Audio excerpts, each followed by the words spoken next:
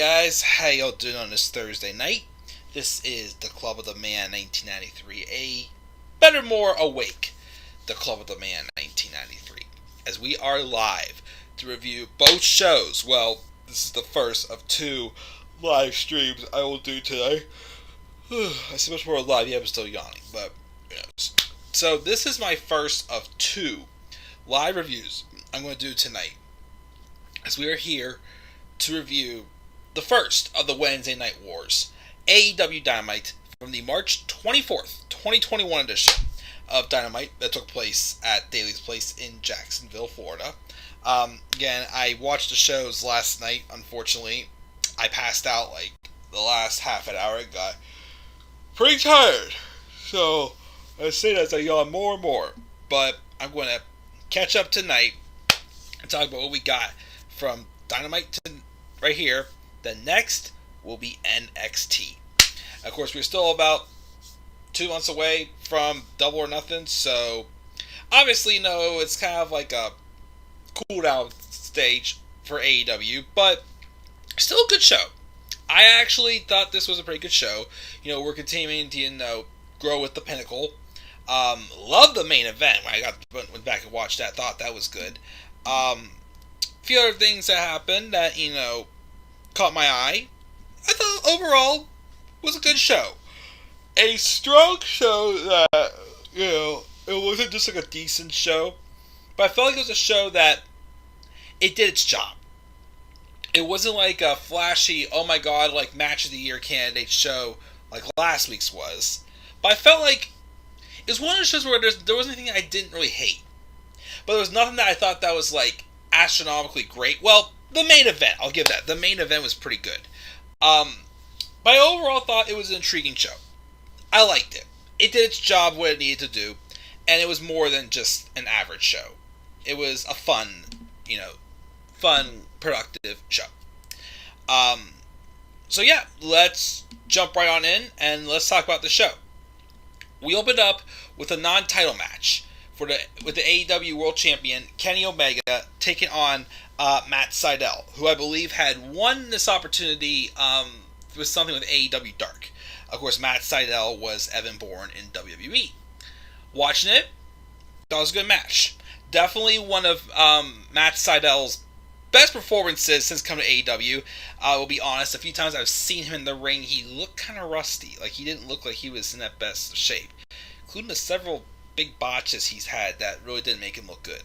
But, gotta say, going up against the world champion, Kenny Omega, I look pretty good. Kenny, of course, came away with the victory. Of course, they kept saying, if he wins this match, then he is going to get a shot for the world title. Even though it's just like, well, if he beats the world champion, should he be the world champion? But at least AEW does a good job with protecting their champions. Like WWE, my goodness. How many times do you see a champion lose clean in WWE? And it ain't even funny. It's not funny, as we always say, how many times we see that happening. But, definitely still well protected. We have Hangman Adam Page. He defeated Cesar Bononi. Again, remember Cesar Bononi? Yeah, he was in WWE briefly in NXT. And the only thing he ever did was he pinned Andrade Cien Almas in the match and won Future Star of the Year. Yeah, do you remember that guy? No. I do. But yeah, Hangman Adam Page basically destroyed him. And that was that. We got a segment with Lance Archer, who talked about why he interrupted Sting last week. And he did so because it should be his time, not Sting's. Everybody's talking about the icon, but he just says simply, Sting is a man of the past. It's his time now, basically. As it seems like we are teasing for a match, maybe a Double or Nothing, not sure when it will happen, between Sting and Lance Archer. Interesting. Again, I do like that they're kind of giving like that momentum back to Lance Archer. Because, yes, he did get a world title shot, but I don't know. To me, after it was like, they built him up so good a year ago for that TNT Championship match against Cody Rhodes last year, but then it's like, right after that, they slowed down on him. They weirdly just seemed to turn him face, which just seemed super random and awkward. and he was in that that unsanctioned lights out match with Kenny, Kenny Omega, Kenta, and he paired up with Jon Moxley. So that was a very weird pairing, weird move there. But I do like how they're starting to book him again. And a match with Sting, that's gonna be something good when it happens. I mentioned to see that one. So again, I like the promo and I'm intrigued. The next thing we had was an interview segment. Tony Schiavone interviews Dr. Britt Baker, DMD. This, of course, was the fallout from the Match of the Year candidate, the war between herself and Thunder Rosa. Again, that was a hell of a match. Also, it was revealed that Britt Baker took more thumbtacks than Chris Jericho did in WWE. 69 tacks for Chris Jericho, 87 thumbtacks for Dr. Britt Baker. She took a lot of tacks. Again, she took the crazy ass bumps in that match last week. It was awesome. But Britt basically is ignoring the fact that she lost, saying that she should still be given a standing ovation. Everyone is dumb and delusional. That Thunder Rosa may have won, but Thunder Rosa should still be thanking her for being a part of history written in her own blood. Basically saying, Thunder Rosa may have won, but this all would not have happened if it wasn't for me. Again, basically saying something like, okay, I may have lost, but I still got it all going for me. Well, I'll be honest, I could believe that, but they gotta give Britt that title. I'm sorry. It's really, they put the belt on Kenny Omega at the right time, when they were actually starting to, take the cuffs off him. They gave the belts to the Young Bucks, and yeah, I'm gonna be honest and say that they could definitely have booked, Young Bucks' tag title run so far a little bit more interesting. But, it came to a point where it's like, you had to put the belts on, though. We knew that they were the best thing in the company, and, and why, just hold on to them much longer. You have a talented, built-up roster. Why waste the time and give Kenny that time he's supposed to have? I feel the same again about Dr. Britt Baker. I still feel like that women's eliminator tournament was hers to win. So like I said, they gotta get that belt on her sooner rather than later. Christian Cage had a segment he was talking to the Varsity Blondes when he was approached by Frankie Kazarian. And Frank Kazarian kind of talked a little trash to Christian Cage. Reading his shirt about, one who works hard or whatnot, whatever the heck his catchphrase is. Basically starts saying stuff about, have you worked hard if you haven't wrestled a match in 7 years? And next week, he challenges Christian to a match. And, well, besides the Royal Rumble, because he did appear in the Rumble, as you all remember, this is going to be Christian's first one-on-one match in 7 years. I think the last match he had was when he originally... His last match was not long after Elimination Chamber. He had won the match and had gotten an opportunity to fight Big E for the Intercontinental Championship. So, that's the last time he's had a one-on-one singles match. So, of course, that was going on. But yeah, Frank Kazarian was getting a little cocky and kind of, talking some trash to Christian Cage. So I was surprised. Yeah, I know they just turned Scorpio Sky heel, but they've kind of kept him and SCU a little separated for a while. So, we'll see how that one goes. As we have that match next week.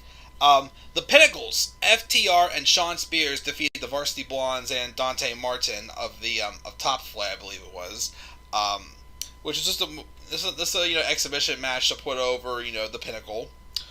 Wardlow then take out Brian Pillman Jr. after the match. Then FTR share how being a part of the Pinnacle is like being part of a family, and they would like to be the marquee of professional wrestling.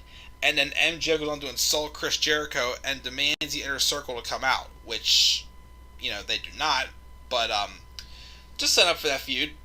I'm pretty sure we'll have some type of match between them at the five of them at Double or Nothing, like Inner Circle versus the Pinnacle, and some type of a big stipulation match.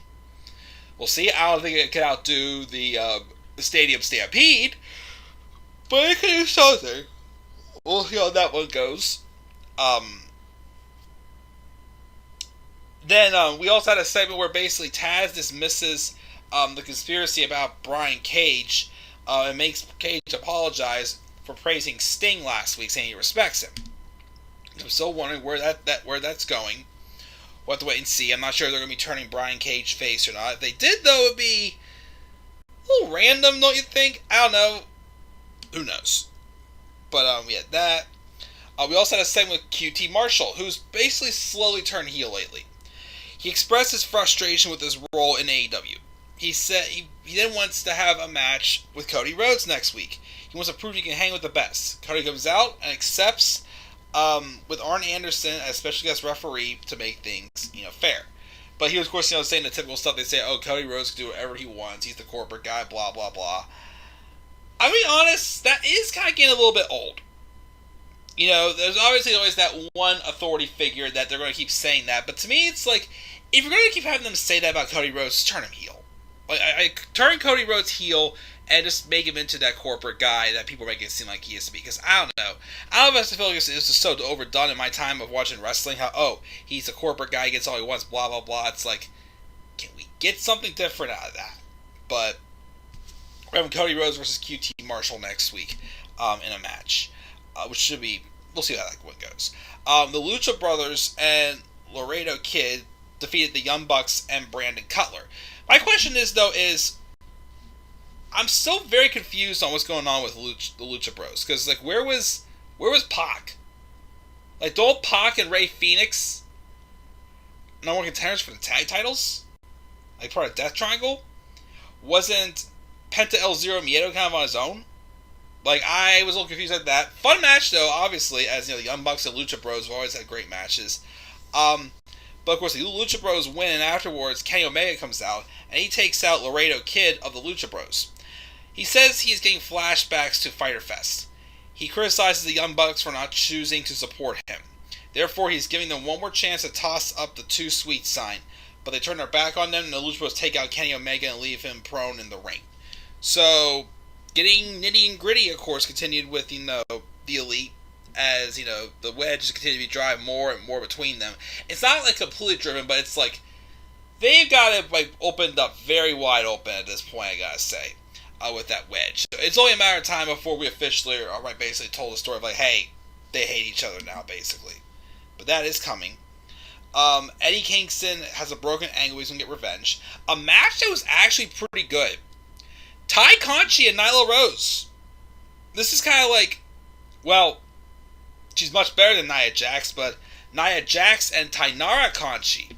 But they actually had a pretty good match. And to my surprise, Ty Conchi won. I was very surprised to see that. But after the match, Nyla Rose takes out Ty Conchi, but then Hikaru Shida comes out and saves Ty Conchi.